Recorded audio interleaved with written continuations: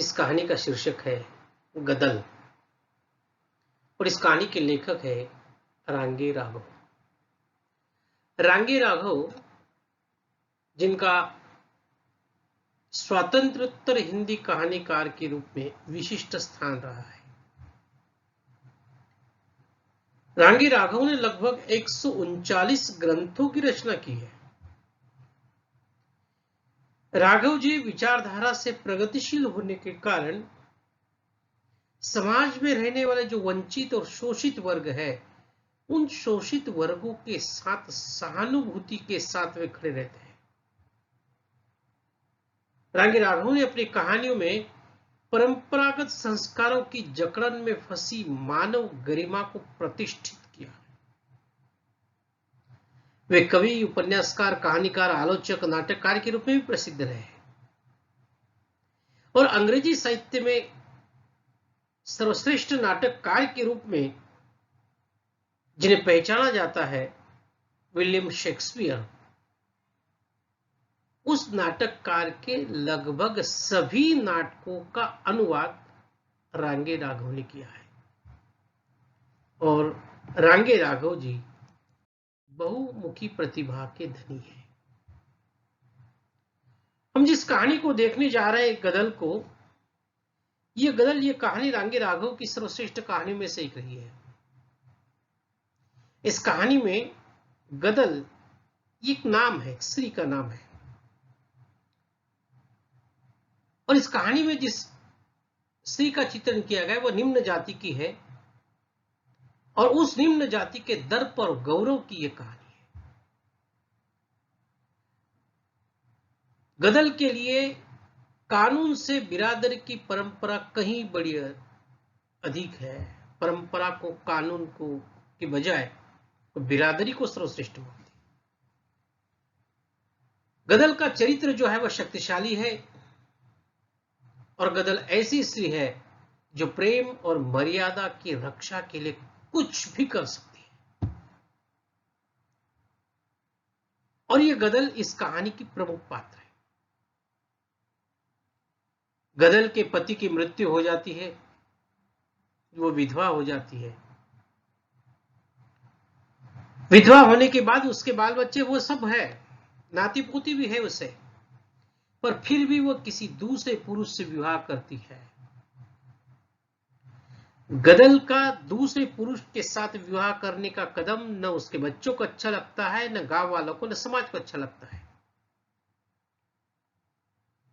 पर गदल ने यह कदम क्यों उठाया, यह सवाल हमारे मन में निर्माण होता है।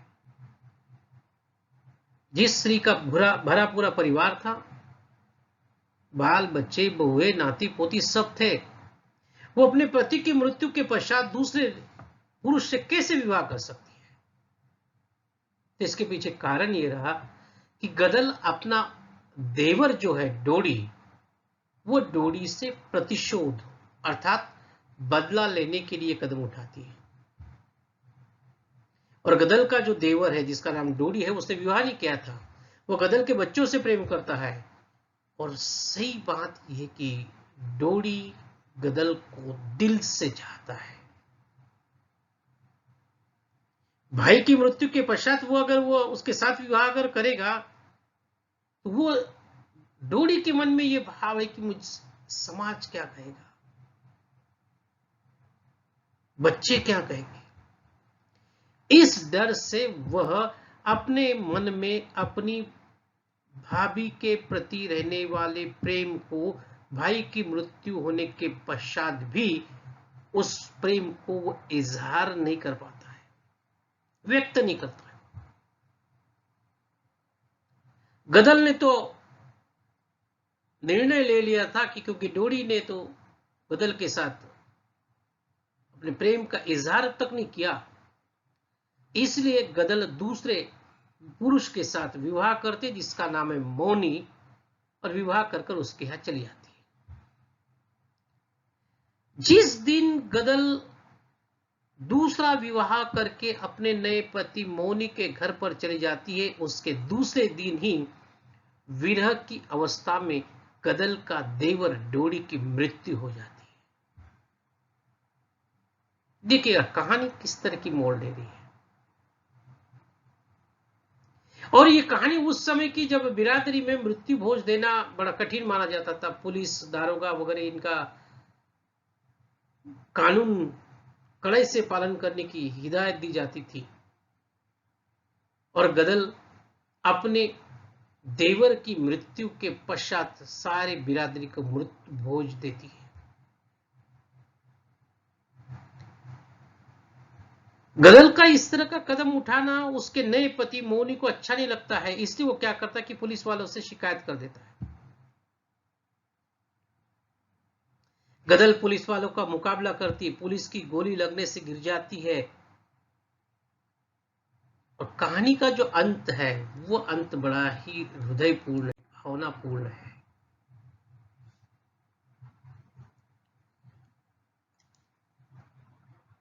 लेखक ने इस कहानी के भीतर जो चित्रण किया है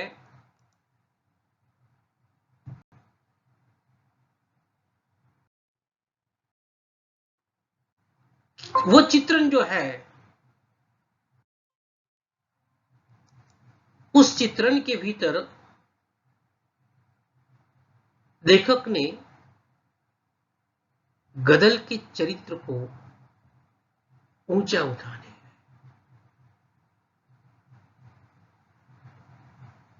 वह स्वाभिमानी है।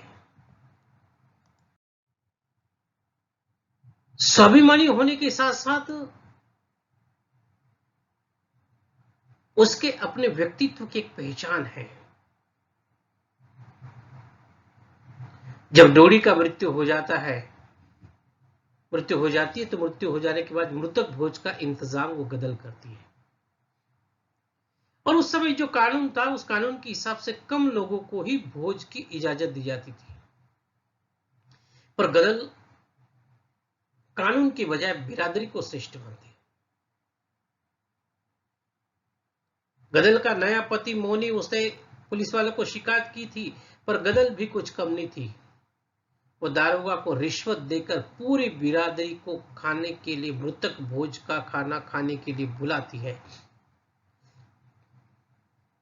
और गदल का जो पति है उसको नीचा दिखाने के लिए दारोगा के ऊपर का जो अफसर है उसको वो रिश्वत दे देता है।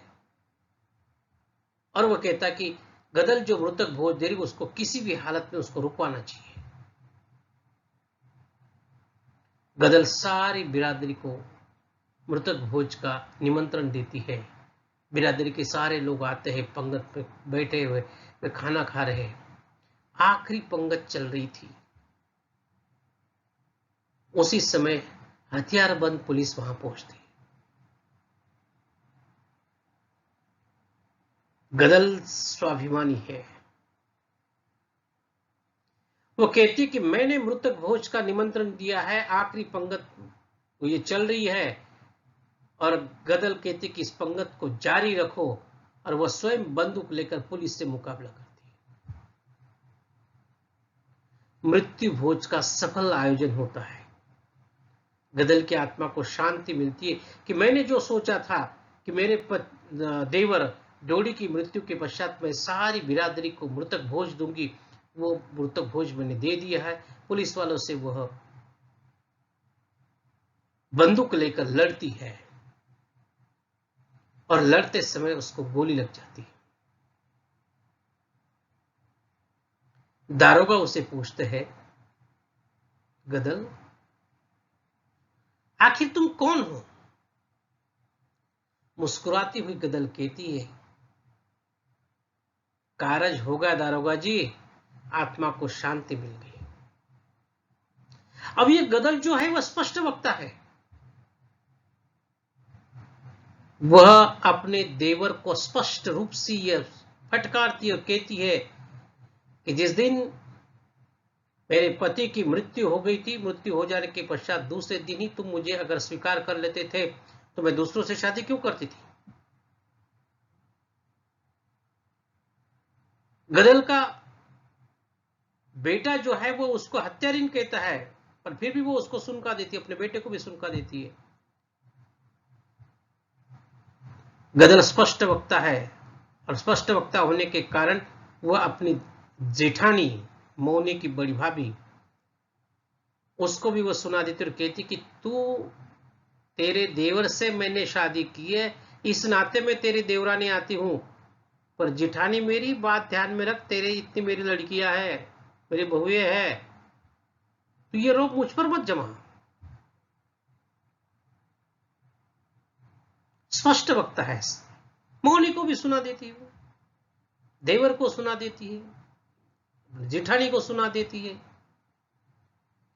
और जब पुलिस से लड़ते लड़ते उसको गोली लग जाती है तो दारोगा जब उससे पूछते तुम कौन हो, तो गदल जो वाक्य कहती वो वाक्य ही इस कहानी का सारांश है और वो वाक्य ही इस कहानी का अंत है।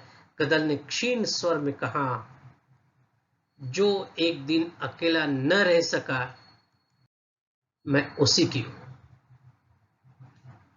और इस तरह अपने देवर से प्रेम करने वाले पर देवर ने प्रेम का इजहार न करने के कारण उसका मृत्यु भोज देती है, मृतक भोज देती है, बिरादरी को पूरा खाना देती है और पुलिस से लड़ते लड़ते वह अंत में वो भी मर जाती है। इस तरह गदल इस कहानी के भीतर लेखक ने एक स्वाभिमानी स्त्री के, जो कानून से बढ़कर बिरादरी को सर्वश्रेष्ठ मानती है, ऐसे विचारों वाली स्त्री के चरित्र पर प्रकाश डाला है। इस तरह